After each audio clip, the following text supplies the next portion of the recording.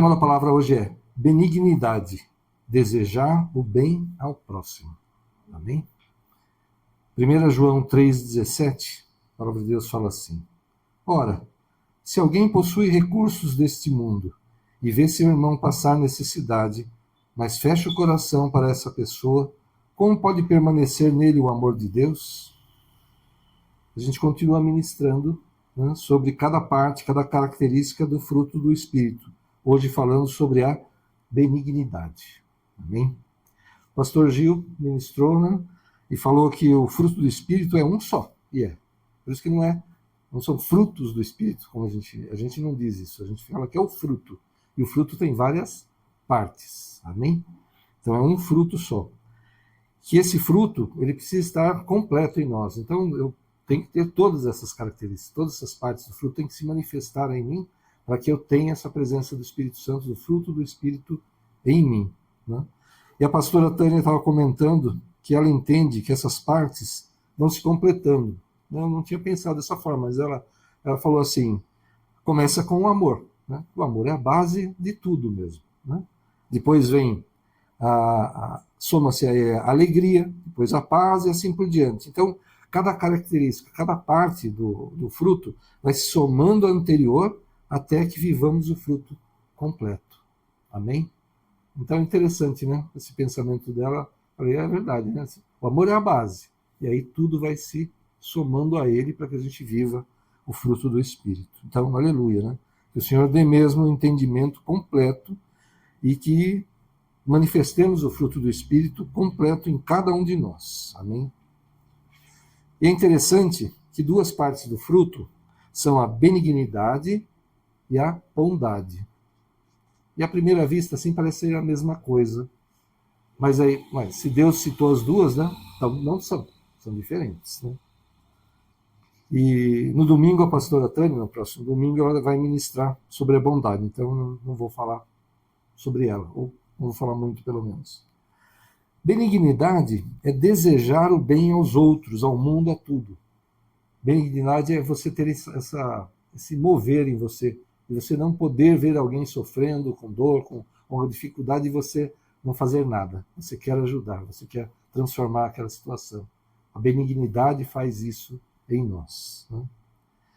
E é um sentimento que lhe impulsiona a desejar que o outro esteja bem, impulsiona a fazer algo, fazer alguma coisa, e não ser indiferente à dor do outro. Né? Vamos lembrar a parábola do bom samaritano. Aqui é um bom exemplo de quem é benigno e quem não é. Né? A parábola diz, né, que um homem foi assaltado, espancado, ficou sangrando à beira do caminho, quase morrendo, e passa um sacerdote, vê o homem ali daquele jeito e não faz nada, vai embora. Passa depois dele um levita, um trabalhador do templo, também não ajuda, não liga para aquele homem, vai embora. Aí passa um samaritano, que se compadece, ajuda e trata dele com o que tem, né? Com azeite, com vinho que ele tinha ali, para limpar suas feridas, para tentar estancar aquele sangramento. Então ele cuidou daquele homem do jeito que ele pôde. O leva até uma hospedaria, e ele precisa seguir viagem, então ele paga por alguns dias ali, já deixa adiantado alguns dias para que tratem daquele homem, né, desconhecido para ele, né? E ele fala assim, e o que passar disso, quando eu voltar, eu pago. Então vamos imaginar o seguinte, tanto o sacerdote quanto o levita eram pessoas muito trabalhadoras na obra de Deus. Né? Sacerdote, levita, então, trabalhavam no templo ali, né? E podiam ser queridos pelos amigos e familiares, bons aos olhos de todos. Mas falharam totalmente com aquele homem que foi assaltado, espancado. Né? Diferente do samaritano que o ajudou. Esse sacerdote, esse levita, eles não tinham com certeza o fruto do Espírito neles. No mínimo, faltou o quê? Amor, benignidade e bondade. No mínimo, faltou para eles. Né? Nada os moveu a ajudar aquele homem ferido. Não havia benignidade no coração deles. A benignidade moveu o samaritano. Ele não conseguiu ficar indiferente. A gente não sabe a condição desse homem, né, desse samaritano. E ele estava numa viagem, pelo jeito, de negócio, ele ia resolver coisas. Mas mesmo talvez com pressa, talvez não tendo tantas posses, ele não poderia viver com o peso de ficar indiferente àquela situação. Na mente dele, assim, ele viu aquele homem ferido, caído, quase morrendo ali. Para ele, é impossível depois viver, falar, não, eu estou com pressa, eu tenho que resolver minhas coisas, não posso parar para ajudar. Não, ele não poderia viver com aquilo, porque ele tinha a benignidade dentro dele, interiorizada. Isso que nós precisamos ter, interiorizar isso, ter isso, uma coisa automática em nós, que nos impulsione, que nos mova mesmo. 1 Coríntios 13:3, o apóstolo Paulo está falando do amor, né? E ele fala aqui no versículo 3, e ainda que distribuísse toda a minha fortuna para sustento dos pobres, e ainda que entregasse o meu corpo para ser queimado, e não tivesse amor, nada disso me aproveitaria. Aí você fica pensando, mas sem amor, como é que uma pessoa faria uma coisa dessa, né? Então ele está falando de uma entrega pelo próximo, né? Mas possivelmente sem amor. Eu estava pensando, como é que poderia explicar uma coisa dessa, né? Vamos lá. Por exemplo, um político, né? Ele vai a uma comunidade muito pobre, aí junta todo o povo lá para ver o político, né? Para falar com ele, conversa com adultos, com crianças, e no meio dessas crianças ele vê um mais esperto ali e tal, fala bem, né? Ele vê que, apesar de ser de uma comunidade pobre, né? Uma criança ali com dificuldades, ele é espertinho, fala bem, aí ele fala em alto e bom som para todo mundo ouvir, vou pagar pelos estudos dessa criança até a faculdade. E realmente ele paga, ele faz. E as pessoas depois perguntam para os pais, ele está pagando? Tá pagando direitinho. Está na escola particular agora e ele falou que vai pagar e a gente está. Ele está indo bem, né? E ele está pagando mesmo. E o que acontece? Centenas, talvez milhares de pessoas vão começar a tratar ele como um santo de bondade, né? Em qualquer eleição que tiver, de vereador a presidente da república, rei do mundo, seja lá o que for, pode fazer o que for, eles vão votar nele. E aí eu pergunto, foi por amor, por benignidade que ele fez isso para a criança? Ou foi pelos votos que ele vai ter a vida inteira dele, dessa comunidade, e de várias, talvez, onde ele faça uma coisa dessa, uma jogada dessa? Não foi por benignidade, com certeza não. Então pode ser por interesse, para aparecer, né? Dizer, eu sou bom, tá vendo? Olha, aqui tá, estou ajudando, né? Olha, todo mundo olha para mim, né? A vaidade da pessoa, né? Pode ser, sim. Mateus 6, de 1 a 4, a palavra de Deus fala assim, guardai-vos de fazer a vossa esmola diante dos homens, para serdes vistos por eles. Aliás, não tendes galardão junto de vosso Pai, que está nos céus. Quando, pois, deres esmola, não faças tocar trombeta diante de ti, como fazem os hipócritas nas sinagogas e nas ruas, para serem glorificados pelos homens. Em verdade vos digo que já têm o seu galardão. Mas, quando tu deres esmola, não saiba a tua mão esquerda o que faz a tua direita, para que a tua esmola seja dada em secreto. E teu Pai, que vem em secreto, ele mesmo te recompensará publicamente. Amém? Jesus nos ensinou. Eu vou ajudar? Eu vou ajudar sem fazer alarde. Eu vou ajudar da forma mais discreta possível, até às vezes para não a pessoa não se sentir humilhada, né? Às vezes a pessoa está precisando de ajuda, né? E se eu tocar a trombeta falando, estou levando uma cesta básica para Maria lá na casa dela, porque ela está precisando, eu estou expondo a vida da pessoa, né? Além de querer aparecer, eu estou expondo a vida da pessoa. Então, Jesus nos ensinou que a gente faça da forma mais discreta, de forma assim, mais escondida possível. Deus vê o que a gente está fazendo. Porque eu não estou fazendo para aparecer para ninguém se eu fizer dessa forma. Eu estou fazendo porque me compadeci, porque eu quero ajudar realmente aquela pessoa, aquela vida. Amém? E isso aqui é muito importante também. Ser bonzinho não é ser benigno, não é permissividade. Deus disciplina quem ama. Nós somos filhos de Deus, nós que recebemos a Cristo como Senhor e Salvador, nos tornamos filhos de Deus. E Ele nos disciplina. Às vezes dói, dói. Às vezes é ruim, é. Mas Deus nos ama e por isso nos corrige. Amém? Então, Ele vai nos corrigir porque Ele nos ama. Eu corrijo meu filho porque eu o amo. Né? Mas isso não é só uma relação de pai e filho. Né? Então, se alguém que erra, está agindo de uma forma errada, talvez ele não esteja percebendo, talvez... Né? Já vi casos de pessoas que estão fazendo uma coisa assim absurda diante de Deus, mas para ele é normal. Para ele é normal. Né? Se eu conseguir, em amor, com sabedoria, tirar essa pessoa do erro, do mal, do pecado, eu estou sendo imensamente benigno com essa pessoa. Amém? Mesmo que doa, mesmo que a pessoa não entenda de pronto, mesmo que seja difícil. Se eu conseguir ministrar essa vida, tocar essa vida para que ele mude, para que saia do que é o pecado, do que é o mal, eu não poderia ser mais benigno com essa pessoa do que isso. Amém? Jesus falava para aquele que vinha, né, trazendo a ele o pecador, né, chegar, vá e não peques mais. Né? Jesus falava isso. Eu te recebo como meu filho, eu te curo, eu te liberto, né, eu te levanto, mas saia disso que você está fazendo, não peques mais. Amém? Não é permissividade. As pessoas têm que vir para Cristo do jeito que estiverem. Não importa como estão. O importante é que a pessoa venha para Cristo. Receba a Jesus como Senhor e Salvador. E que ali, provavelmente, recebendo a Cristo como Senhor e Salvador, ele já vai mudar em muitas coisas. Mas a conversão, a salvação é imediata. A conversão, a mudança, né, de caminho, é um processo. E a gente vive isso a nossa vida inteira. Né? A gente está ministrando sobre o fruto do Espírito. Acho que talvez não tenha ninguém no nosso meio, nem eu, né?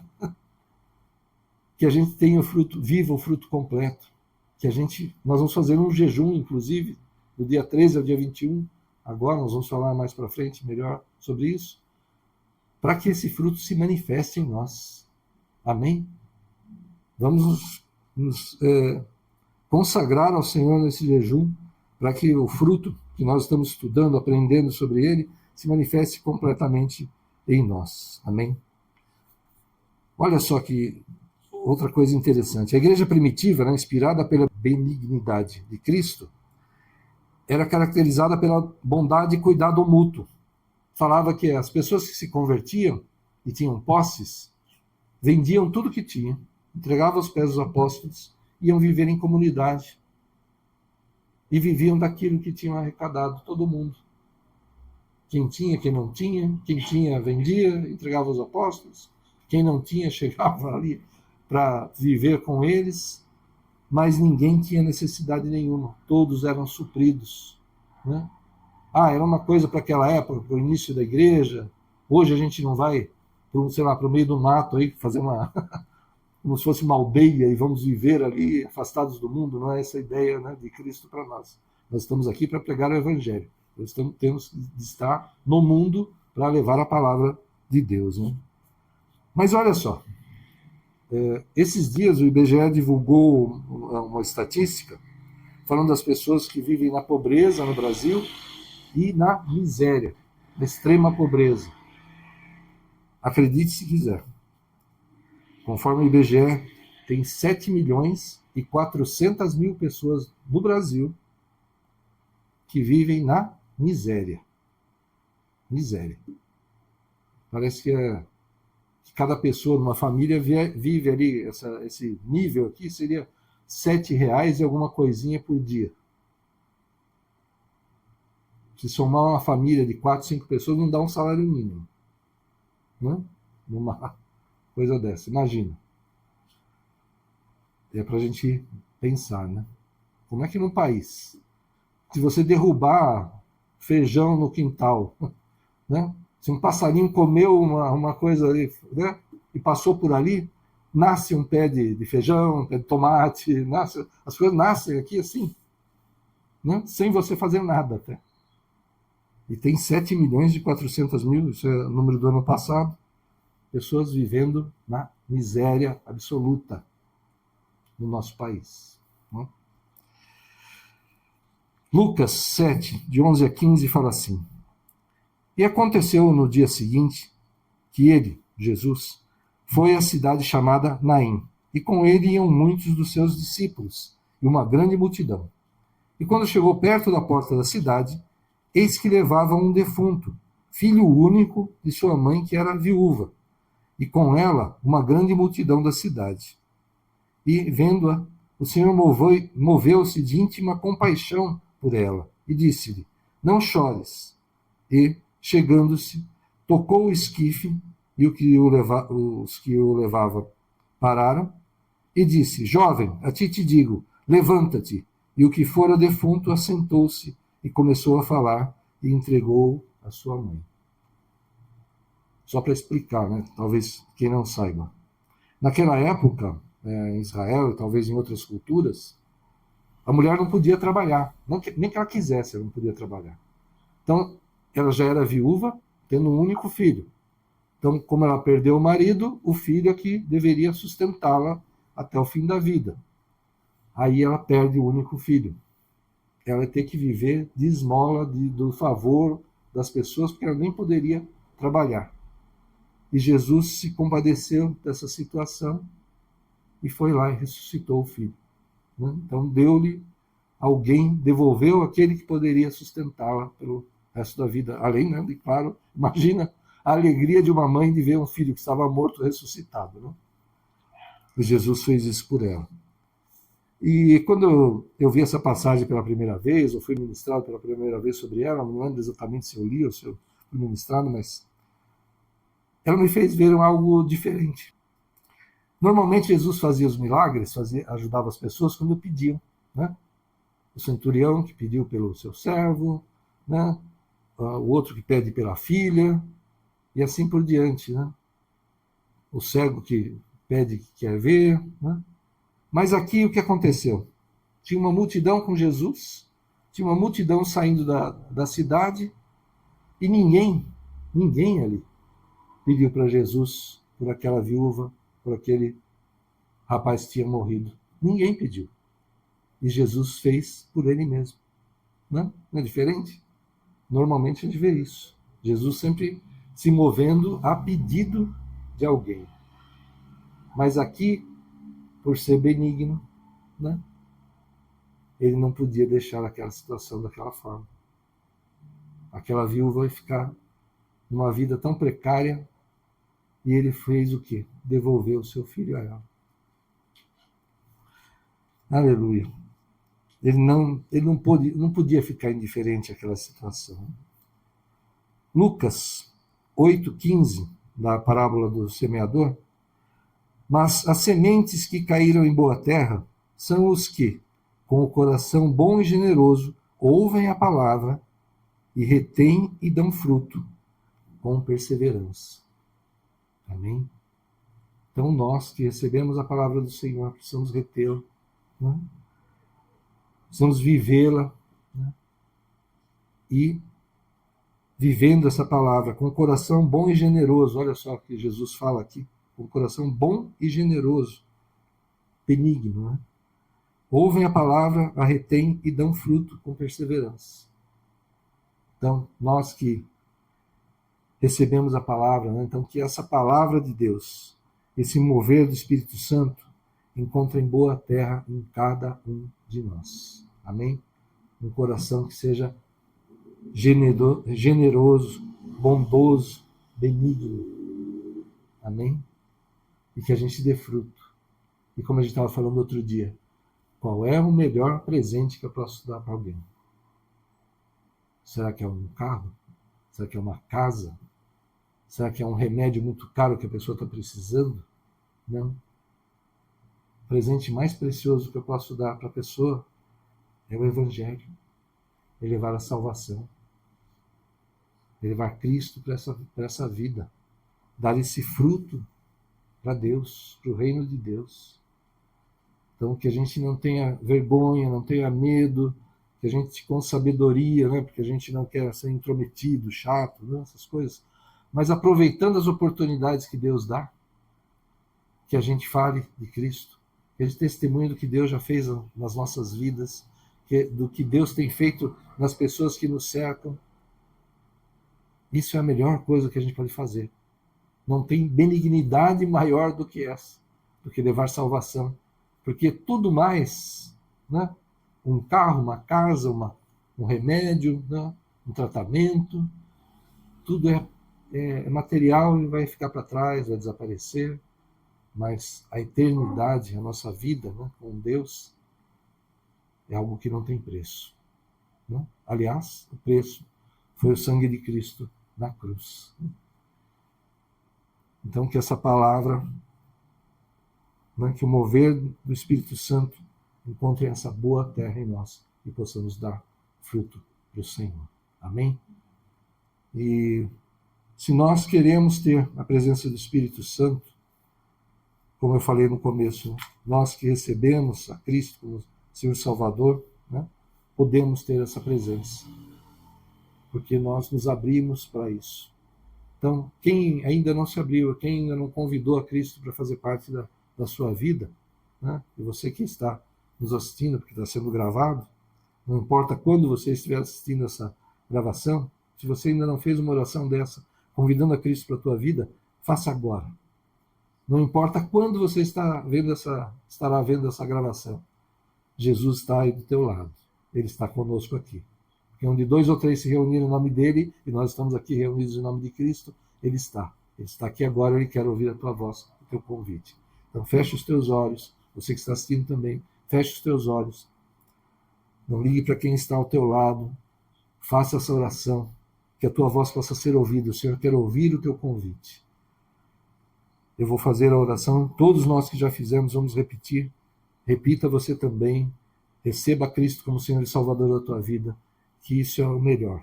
Você verá a transformação, você verá milagres na tua vida e através da tua vida, porque todos nós já vivemos e com certeza viveremos muitos ainda, em nome de Jesus. Então, repita assim, fala: Senhor Jesus, eu entendi que eu preciso e eu desejo a tua presença em minha vida. Por isso eu te convido, faz morada no meu coração e eu te peço perdão por todos os pecados que eu cometi.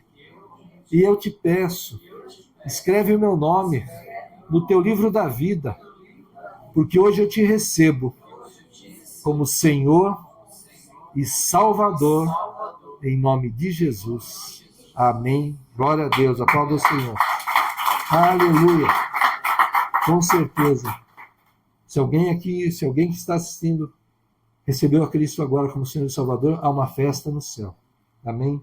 E isso nos dá uma grande alegria, porque se nós permanecermos nessa terra sendo filhos de Deus, nós estamos aqui não para simplesmente viver a vida, né, receber as coisas de Deus, que Deus tem provido, tem nos dado, tem feito milagres, mas que a gente possa levar, como embaixadores de Cristo, a palavra de Deus a muitos. Amém? Esse é o trabalho da igreja. Somos igreja. Cada um aqui é igreja. E você pode levar essa palavra, testemunhar aos teus amigos, parentes, vizinhos, colegas, né? E Jesus vai operar na vida deles. Amém? Então aproveite as oportunidades. Leve o Evangelho. Tenha essa benignidade dentro de você. Deseje esse presente que nós recebemos, que ele também esteja na vida de muitos. E na minha vida, eu acredito que na vida de muitos, era como se tivesse um buraco aqui no peito. Faltava algo que eu não sabia o que era. Nem sabia, mas eu desejava. Eu precisava. Mas quando Cristo entrou na minha vida, isso foi preenchido. Não precisa mais nada. A gente se completa. Que você possa levar essa completude àquele que precisa. Em nome de Jesus. Essa é a palavra. Curva a tua cabeça. Vamos orar. Obrigado, Senhor. Continua falando mesmo nos nossos corações, Senhor. Que o teu fruto se complete, se manifeste em nós e através de nós, Senhor. Aleluia. Que esse sentimento, Pai, essa benignidade esteja mesmo em nós, Senhor. Que não possamos, Senhor, ver alguém sofrendo, Senhor, e não ajudar, Senhor. Não fazer o que estiver ao nosso alcance. Não clamar a Ti por um milagre, Senhor. Oh, Pai, toca mesmo, Senhor, as nossas vidas. Se tivermos sido, Senhor, tanto tempo indiferentes a tudo, Senhor, não ligando para ninguém, oh, Senhor, perdoa-nos, Senhor, e ajuda-nos, Senhor. Transforma-nos mesmo, Senhor, em nome de Jesus. Esse é o desejo do nosso coração. Que a benignidade esteja em nós. Que o fruto do Teu Espírito se manifeste em nós, Senhor. Em nome de Jesus. Continua nos conduzindo, Senhor. Queremos chegar à plenitude e um dia, Senhor, estar contigo na eternidade. E todos aqueles que receberam a Cristo agora como Senhor e Salvador, se você estiver próximo a nós, venha para a arca, venha aqui para junto de nós. Se não estiver próximo, procure uma igreja em que seja pregado o Evangelho verdadeiro e congregue ali, aprenda mais do Senhor, seja mais próximo do Senhor ainda, em nome de Jesus. Vai debaixo dessa unção de benignidade, de amor ao próximo, de amor a Deus, de se entregar, de se colocar nas mãos do Espírito Santo e deixar Ele usar a tua vida. Vai debaixo dessa unção em nome do Pai, do Filho e do Espírito Santo de Deus. Amém. Que Deus abençoe a todos. Aleluia. Glória a Deus. Aleluia.